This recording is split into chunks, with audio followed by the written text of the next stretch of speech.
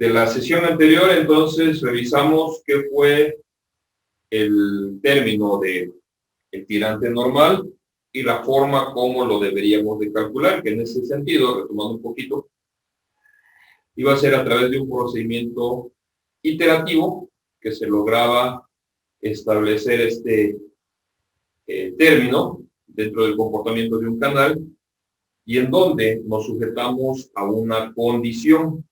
Esa condición toma como base el planteamiento del gasto caudal, igualado a con el comportamiento del área por la velocidad.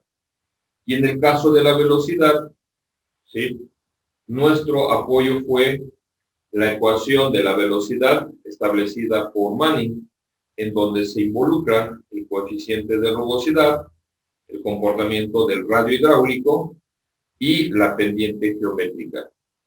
Esto nos llevó entonces a que la condición bajo la cual se determina el tirante normal, que es el tirante que se presenta cuando el régimen de flujo en una conducción a gravedad, o también conocidas como conducciones a cielo abierto, el régimen de flujo es considerado uniforme. Al ser uniforme, esas dos líneas, comentábamos, iban a tener una tendencia a ser paralela, para lo cual el tirante normal genera o registra un ángulo recto para ambas líneas referenciales, superficie libre y fondo de plantilla. Vamos a agregar ahora en este caso el concepto o término de energía específica. ¿De qué se trata la energía específica en canales? Es parte de lo que tenemos planteado acá. Consideren ustedes que la energía específica en un canal es la suma de dos energías. Aquí vamos a cambiar un poquito el concepto, ya que vamos a trabajar con la energía potencial, que en el caso de los canales, la energía potencial está representada por el tirante. Si ustedes recuerdan, en el caso de las conducciones a presión, en el caso de las tuberías, nuestra energía potencial era referida como la posición, ¿sí? Posición que estaba representada a través de la variable, en nuestro caso, de la variable Z, ¿sí?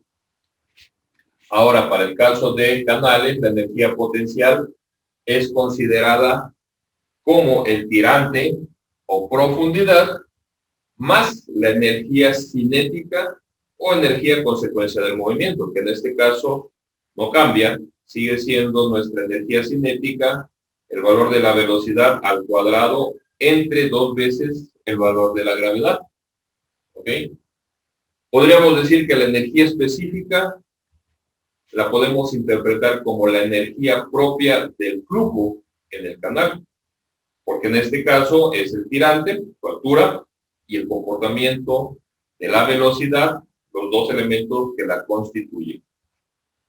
Quedándonos entonces que como ecuación referida para la energía específica es la sumatoria de la energía potencial o tirante más la energía cinética o carga de velocidad, V cuadrada entre 2 veces el valor de la gravedad.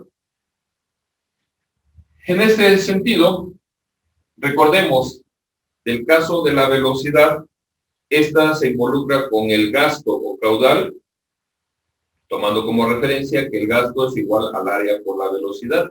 Si despejamos de ahí la velocidad, esta estructura podrá ser planteada en términos del gasto y el área, quedando de esta forma.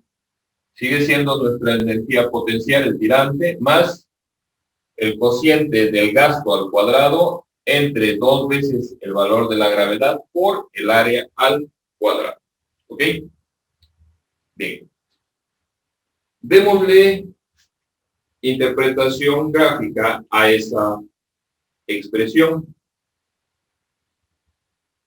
Y me enfoco sobre la gráfica que acompaña nuestro nuestra pizarra, la parte inferior, y la intención es aprovechar precisamente este análisis de la energía específica para establecer uno de los conceptos también base o importantes dentro del análisis de los canales, análisis y diseño de canales, que corresponde al comportamiento del tirante crítico.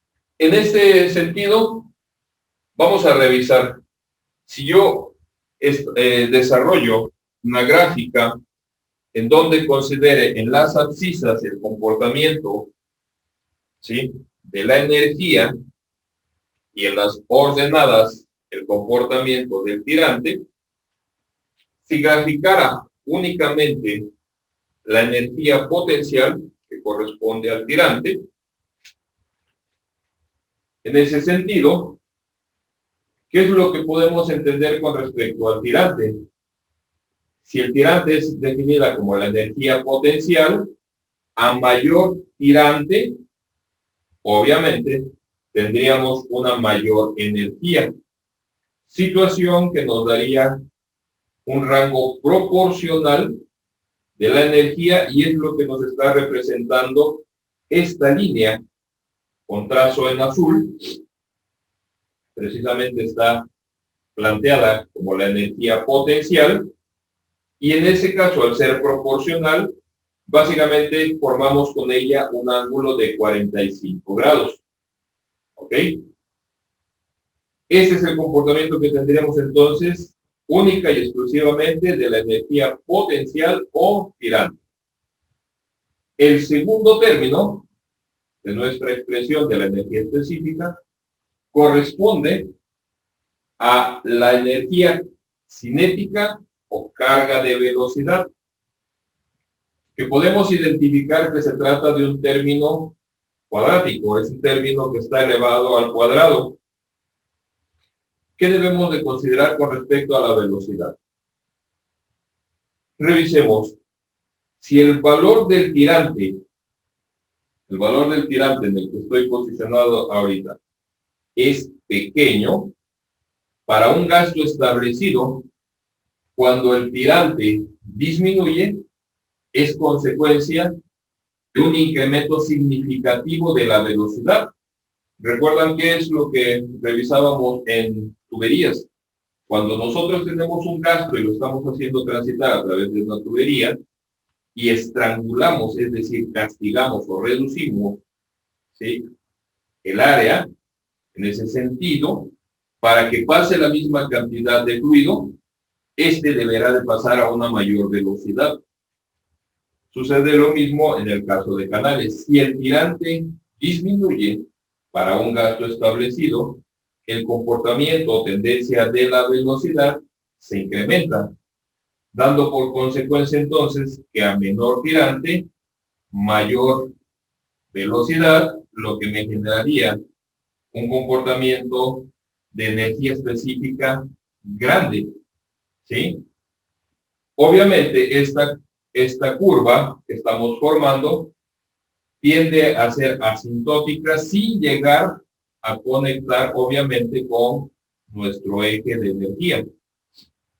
Caso contrario, si el tirante en este caso aumenta, es decir, al momento de que se incrementa el tirante, nuestra área aumenta, y para un gasto establecido, el comportamiento de la velocidad, en ese sentido, ahora esta disminuye. La velocidad disminuye, pero en ese sentido, mi energía, al ser un tirante grande, el valor de la energía va a ser tendente a ser cada vez más pequeña. Misma situación, tengo tirante, quiere decir que hay flujo, que tengo área, la velocidad viene entonces en disminución proporcional con el incremento de tirante, y este brazo de la curva también tiende a ser asintótico sin llegar a conectar con el eje de las Y. Es entonces este trazo de la curva, consecuencia del término de la velocidad al cuadrado, el que estaríamos formando para nuestra energía cinética o carga de velocidad. Estos son los elementos vistos de manera individual. Y nosotros establecemos entonces la suma tanto de la energía potencial como la energía cinética para establecer la energía específica. Esa combinación de términos que nos da entonces el comportamiento de la energía específica generaría un trazo, una curva con el comportamiento que tengo descrito en este momento en rojo, ¿sí? Consecuencia de la energía potencial, ¿sí?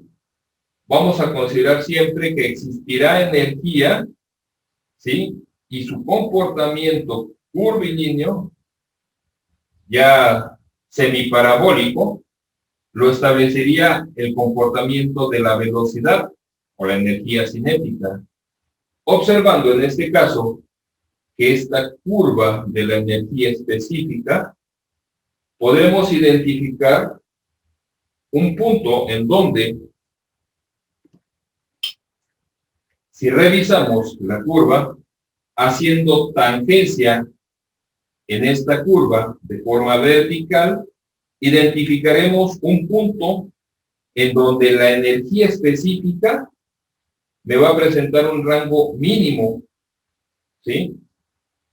Este punto en donde la energía es mínima, si yo lo proyecto sobre el eje de las ordenadas, es decir, sobre el eje del tirante, se vincula a un tirante específico que, si ustedes observan, es único. Este tirante que corresponde al valor de la energía específica mínima es a lo que le denominamos tirante crítico. ¿Ok?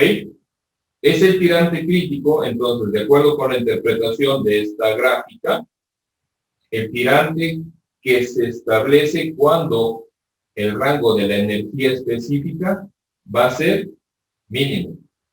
Y para este caso es único, ¿sí? Este término de crítico, tirante crítico, ¿con qué lo asocian? ¿Lo hemos trabajado en algún momento? Con el número de Freud. Exacto. En el caso del número de Freud, recuerden, el número de Freud me permite establecer las condiciones del flujo supercrítico, el subcrítico y el crítico, cuando la condición del número de Freud se considera que es crítico. El número de Freud nos relaciona los efectos de la fuerza de inercia, y la fuerza de inercia toma en consideración el comportamiento de la velocidad del flujo, asociada esta con respecto a las fuerzas gravitacionales. Y en el caso de las fuerzas gravitacionales, tomamos como representación el valor de la celeridad de onda. Y la celeridad de onda la calculamos como la raíz del valor de la gravedad multiplicada por, básicamente con lo que vamos a trabajar es con el tirante medio. Y el tirante medio no es más que la relación que existe entre el área hidráulica y el ancho de superficie libre o espejo libre del líquido. El número de Freud, entonces, me permite clasificar con respecto a ese comportamiento del tirante crítico, teniendo como condición que el tirante crítico se da cuando el número de Freud se iguala con la unidad. Si el número de Freud es mayor a la unidad, ¿qué tipo de régimen se presenta? Supercrítico. Sería el supercrítico, arriba del crítico. Si el número de Freud, su valor está por debajo de la unidad, ¿qué régimen definimos? Subcrítico. El subcrítico. Retomando entonces, cuando el número de Freud es igual a la unidad, es entonces en donde vamos a tener el punto en donde se da una transición. El comportamiento del tirante crítico, decíamos, este se presenta de manera puntual. Es solamente un punto en donde se da el comportamiento del tirante crítico. Y lo estamos viendo precisamente también con esta situación de nuestra gráfica. ¿Sí? ¿Qué implicaría con respecto al comportamiento de nuestra gráfica el hecho de que para una energía definida X cualquiera, ¿sí? Si ustedes lo ven, si yo proyecto con respecto a esta energía un trazo sobre la vertical, podemos observar que en cualquier zona dentro ya de nuestro comportamiento de la energía específica, en cualquier zona posterior al punto de la energía mínima, existirá una referencia de energía tanto para una condición en donde el tirante sea menor, ¿sí? Sea menor, como con un tirante que sea de rango mayor al crítico.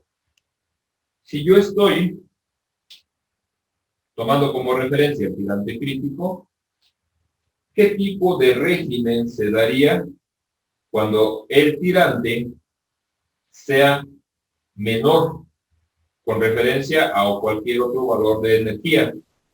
¿Qué tipo de régimen me describiría esta rama de la curva? ¿Subcrítico? Crítico solamente tengo uno. No, subcrítico. Subcrítico. Sería subcrítico. Si el tirante es pequeño, tirantes pequeños, ¿qué sucede con la velocidad? Aumenta. Se incrementa. La velocidad aumenta.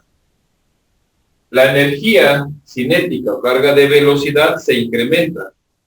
Identifiquen ustedes la estructura de la ecuación del número de flujo. Si la velocidad aumenta, ¿sí? Flujo rápido. ¿Qué va a suceder con la celeridad de onda? Entonces, Esta no sería un término dominante, ya que la velocidad es el factor que predomina o ejerce influencia, dando por consecuencia que un flujo rápido es considerado subcrítico o supercrítico. Tendencia del número de flujo. Si la velocidad es grande, numerador es mayor, tiende a ser mayor en relación con el denominador, el resultado va a ser menor o mayor que 1. Mayor. mayor. Me suena adivinanza, ¿eh? Número de flujo. Dijimos que La velocidad ¿sí? sobre la raíz de 2 veces la gravedad. Sobre la raíz de la gravedad, 2 veces la gravedad es para la energía de velocidad, sobre la raíz de la gravedad multiplicada por lo que habíamos llamado en este caso el tirante, pero este tirante lo vamos a transformar a nuestro tirante medio, y el tirante medio es el cociente del área hidráulica entre el ancho de superficie libre. ¿Ok? Si la velocidad es grande, ¿sí? El término predominante está en el numerador. Si el numerador es mayor que el denominador, el resultado de este cociente, ¿qué comportamiento me arroja? ¿Menor o mayor a la unidad? Mayor a la unidad. Mayor a la unidad. Si el número de Freud es mayor que 1, ¿cómo describo el régimen? ¿Sería supercrítico cuando es mayor a 1? Sería supercrítico cuando el tirante es menor, el tirante en cualquier punto de energía, el tirante obtenido para un punto de energía establecido es menor que el crítico, la rama que describe esta curva es de un comportamiento super crítico. ¿Qué es lo que hace que esta curva crezca en el rango de la energía? la energía cinética. ¿Sí se entiende? Condición de régimen rápido. Cuando el tirante crece, ¿sí?, la velocidad disminuye. Si la velocidad es menor que el comportamiento de la celeridad de onda, este término es menor que el denominador. El resultado de esa operación será tendiente a ser menor que 1. Si el valor del número de Flood es menor a la unidad, esto se da cuando estoy en este rango, porque mi tirante es el que domina y la velocidad llega a ser poco significativa, voy tendiendo a igualar el comportamiento del tirante, ¿sí? El tipo de régimen en esta rama tendrá que ser subcrítico. ¿Ok? Independientemente de esto, lo que podemos observar entonces, que el tirante crítico es único y para un valor de energía definida, yo podré obtener un tirante en el escenario del comportamiento supercrítico, como régimen rápido, de velocidad alta, así como también un punto proporcional a esta energía en el comportamiento subcrítico, con régimen lento, ¿sí? Estos tirantes que obtenemos para una energía definida, que serían mis tirantes Y1 y Y2, los vamos a identificar como tirantes correspondientes. ¿Ok? Estos tirantes que equivalen al mismo valor de energía en diferentes escenarios de comportamiento del flujo, se les denominará tirantes correspondientes. En este caso, sobre el comportamiento de nuestra gráfica, en alguna bibliografía, tendríamos aquí una condición de régimen. Estamos hablando del régimen, ¿verdad? El régimen supercrítico es considerado también como un régimen de velocidad, o es un flujo, decíamos, flujo rápido, es la velocidad a la que está creciendo, el tirante disminuye, la velocidad se incrementa, esto es un flujo rápido, o también definido como un régimen torrencial.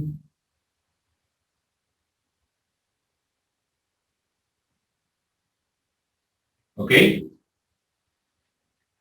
En el caso del comportamiento sobre esta rama, que es el régimen subcrítico, corresponde a un flujo con tendencia a ser lento, ya que la velocidad es más pequeña, consecuencia del incremento del tirante, incrementa el área, la velocidad disminuye, flujo lento,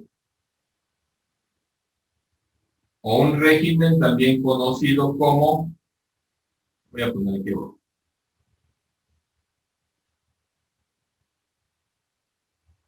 este es definido torrencial, este sería fluvial.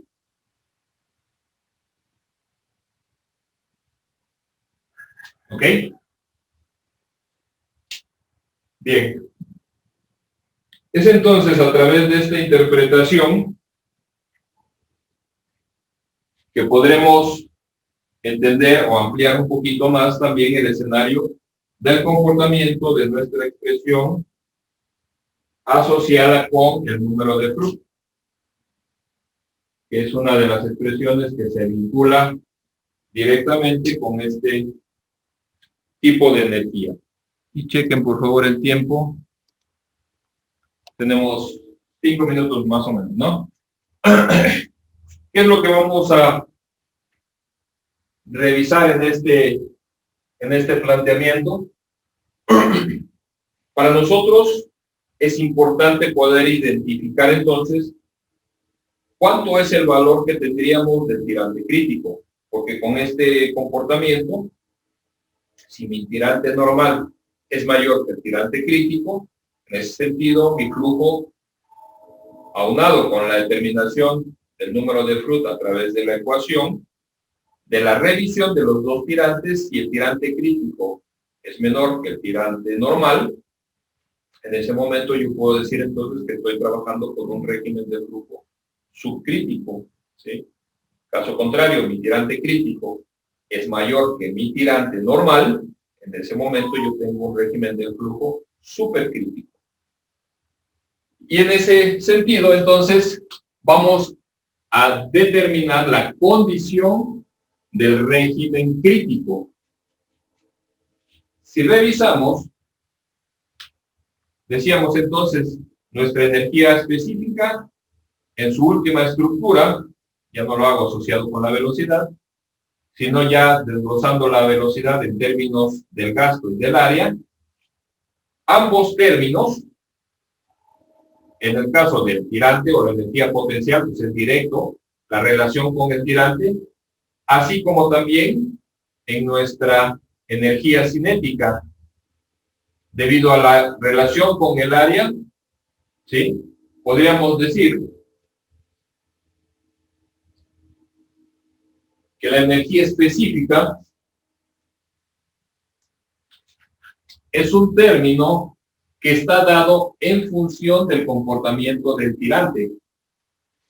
Si esta función, que es la energía específica, entonces yo la derivo respecto del tirante y la igualo con 0, cuando nosotros marcamos la derivada de una función igualada con 0, lo que obtenemos es un máximo o un mínimo. En este caso, nosotros estamos trabajando sobre la condición de un mínimo. Es la energía específica mínima la que a nosotros nos interesa. Por lo tanto, lo que vamos a hacer entonces es plantear la derivada de la energía específica que suma los dos términos de energía referidas con respecto al tirante o profundidad, y esta la vamos a igualar con 0, ¿ok?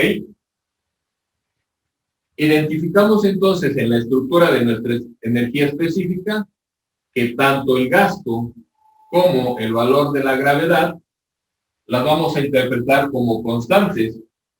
El gasto correspondería entonces a la cantidad de materia, y esto, de acuerdo con nuestra ecuación de continuidad, debe de ser el mismo en cualquier punto en donde lo estemos analizando. Si es entonces el gasto y la gravedad constantes, al momento de derivar, planteamos entonces, vamos a desglosar para cada uno de los términos. Sería la derivada, el primer término, sería la derivada del tirante respecto de Y, más la derivada de la energía específica, cuya estructura es esta, que es un cociente, derivada respecto de Y. Esto, para efecto de que no se nos olvide, por reforzar un poquito la memoria, la derivada de un cociente o fracción, recuerden, se sujeta al comportamiento de esta fórmula, ¿verdad? Esta fórmula es la que vamos a aplicar para el comportamiento del segundo elemento que tengo, referido de la derivada. ¿Qué es lo que obtendríamos como resultado? Al derivar Y respecto de Y, planteamiento de nuestro primer elemento, esta deberá de ser igual a 1. Pasamos entonces al segundo término de la energía específica, que corresponde a la energía cinética, carga de velocidad. Derivada la energía cinética, carga de velocidad respecto de Y, aquí es donde se forma precisamente ese cociente o fracción. Y respetando entonces la estructura de nuestra ecuación para una derivada de una fracción, recuerden, es el denominador, como parte de la estructura del numerador, es el denominador multiplicado por la derivada u respecto de x, así queda la fórmula, menos derivada del numerador menos el producto, perdón, del numerador por derivada del denominador respecto de x, todo esto dividido sobre el denominador al cuadrado, ¿ok? En el planteamiento, iniciamos tomando entonces primero el denominador multiplicado por la derivada de q respecto de y. Pero si recordamos, el gasto es una constante y la derivada de una constante tendría que ser 0, consecuencia de que este primer término se va a eliminar. Luego, con respecto al numerador, menos el numerador, que es el gasto al cuadrado, multiplicado por la derivada del denominador respecto de la variable, que en este caso la variable con la que estamos trabajando es el tirante. Sería entonces 2 veces el valor de la gravedad por el área al cuadrado, derivada esta estructura respecto del tirante, y todo esto dividido entre el cuadrado del denominador, que es 2 veces la gravedad, multiplicado por el área al cuadrado, todo esto elevado al cuadrado. ¿Ok? En ese sentido, revisaríamos entonces, decíamos, el primero de la derivada fue 1. El signo que nos queda del resultado de esta fracción es negativo, y nos queda entonces que el gasto, la derivada de 2 veces el valor gravitacional del área al cuadrado. Recordemos que el área es un término que depende del tirante. 2 veces la gravedad sería constante, esta queda fuera de la integral, y la derivada del área al cuadrado es 2 veces el valor del área, teniendo como derivada del área este término con respecto de y. Así queda la estructura de nuestro numerador. El denominador lo deja establecido con el mismo comportamiento, ¿sí? Y lo que corresponde en este momento es hacer ya el desarrollo de este planteamiento. Esto es con la intención de que ustedes no se pierdan en el desarrollo, ¿ok? Y no olvidemos que todo esto está siendo planteado como una igualdad con respecto a 0 para la determinación de nuestro mínimo, ¿ok? Desarrollando los productos, ¿sí? ¿Qué es lo que tendríamos?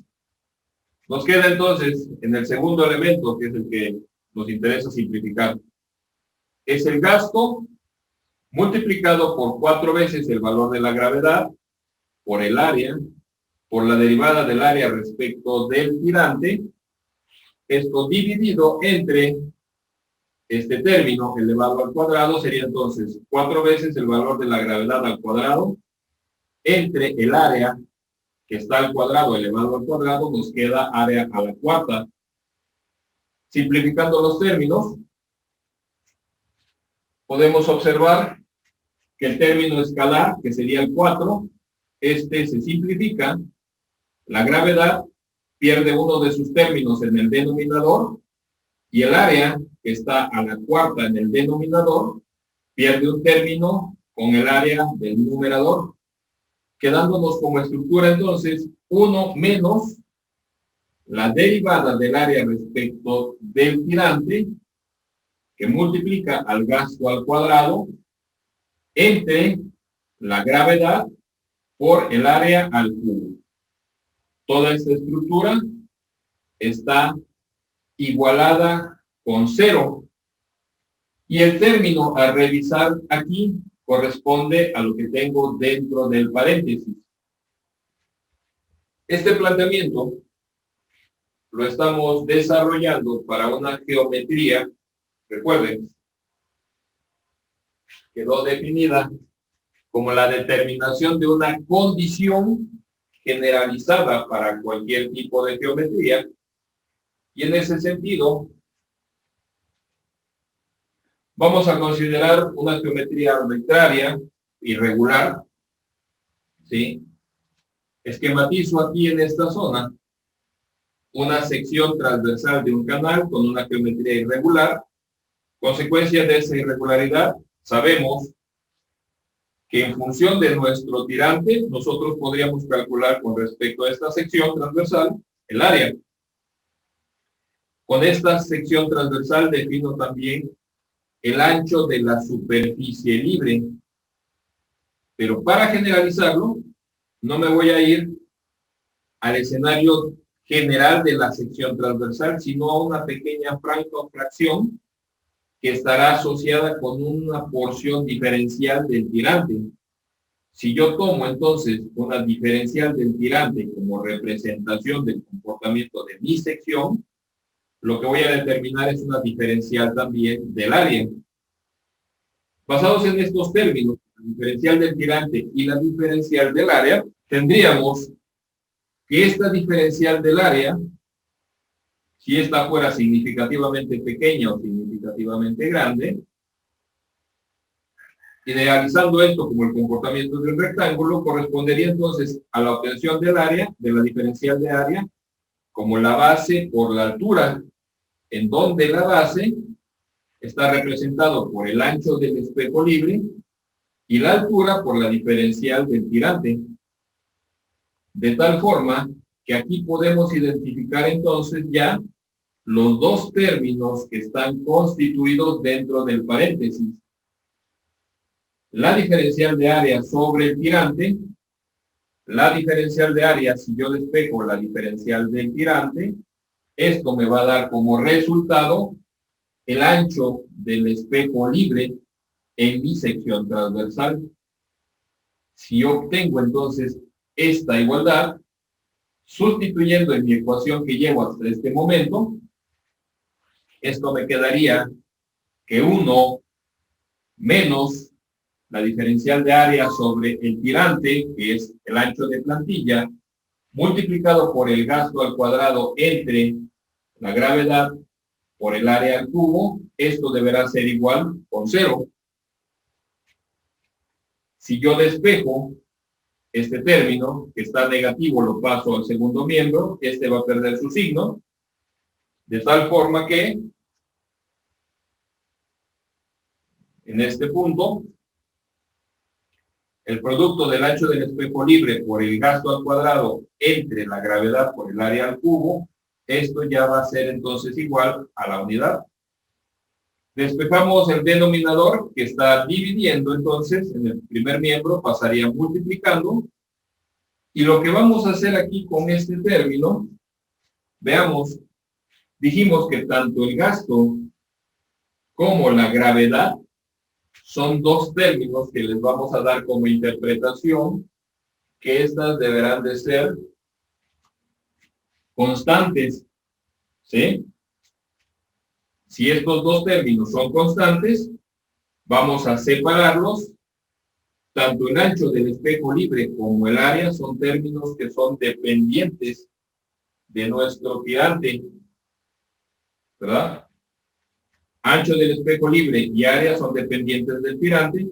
Despejamos y entonces nos quedaría que el gasto sobre la gravedad, esto ya me genera una constante, esto deberá ser igual al cociente del área al cubo, que depende del tirante, dividido entre el ancho del espejo libre, que también es dependiente del tirante. Y esta será entonces la condición con la cual vamos a trabajar la determinación de la condición crítica.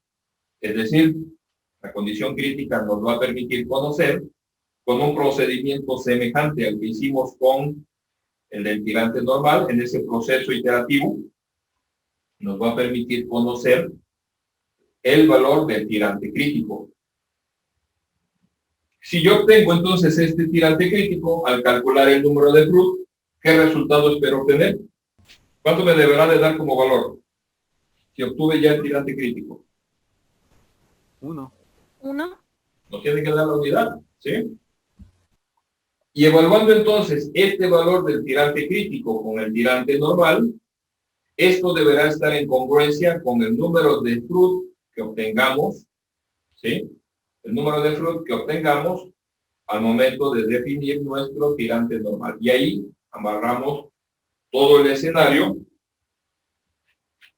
de nuestro análisis en un canal con una geometría de acuerdo con lo establecido con nuestras ecuaciones. Podrá ser rectangular, triangular, trapezoidal, inclusive una geometría compuesta. Bien, eso es entonces la explicación de lo que vamos a decir energía específica. Si ustedes recuerdan, al momento de estar revisando con el H canales, ahí aparecía entonces nuestro referente de la energía específica. Ahora entendemos o sustentamos cómo se está calculando. Incorpórenlo por favor a su hoja. Y también el ajuste que deben hacer para el cálculo del número de Froude. Cuando apliquemos la expresión para el número de Froude, recuerden, es el comportamiento de la velocidad dividido entre la raíz del producto de la gravedad por lo que denominaremos tirante medio, siendo el tirante medio el área sobre el ancho de superficie. ¿Ok? El procedimiento, como les decía yo, se va a sujetar entonces también a un proceso iterativo en donde se determina un valor X cualquiera de tirante crítico y vamos a ir ajustando hasta que logremos igualar la condición, ¿vale?